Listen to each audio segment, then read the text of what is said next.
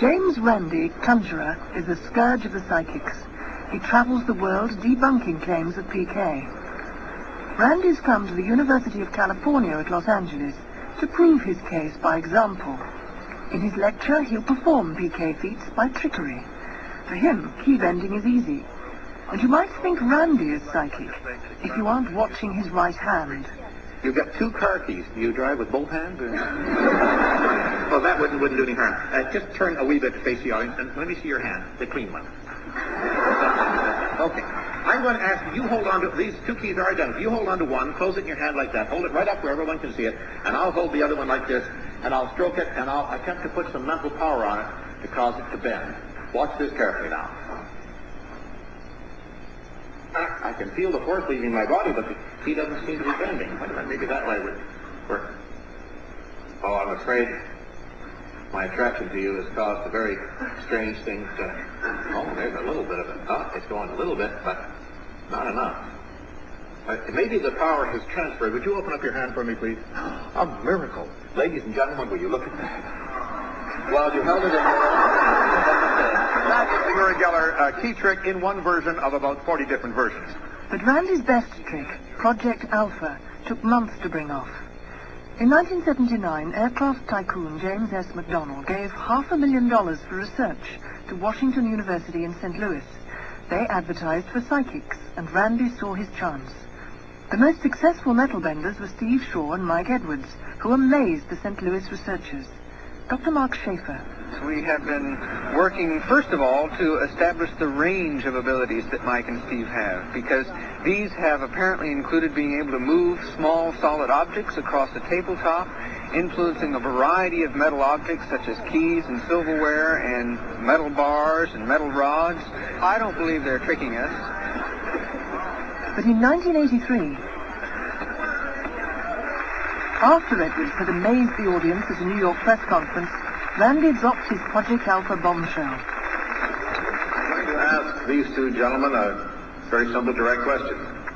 Can you tell us, how do you do it?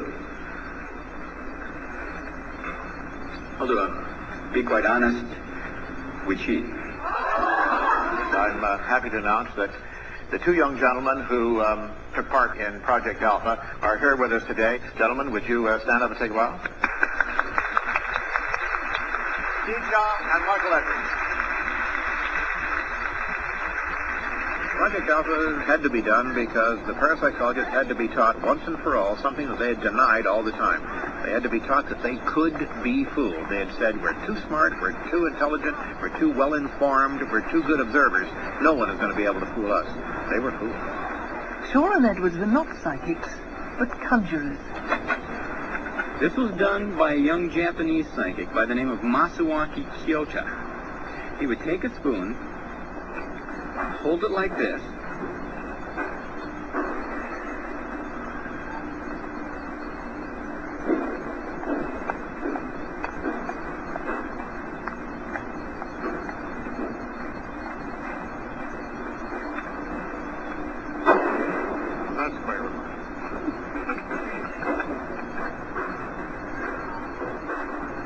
Michael, you must be a psychic.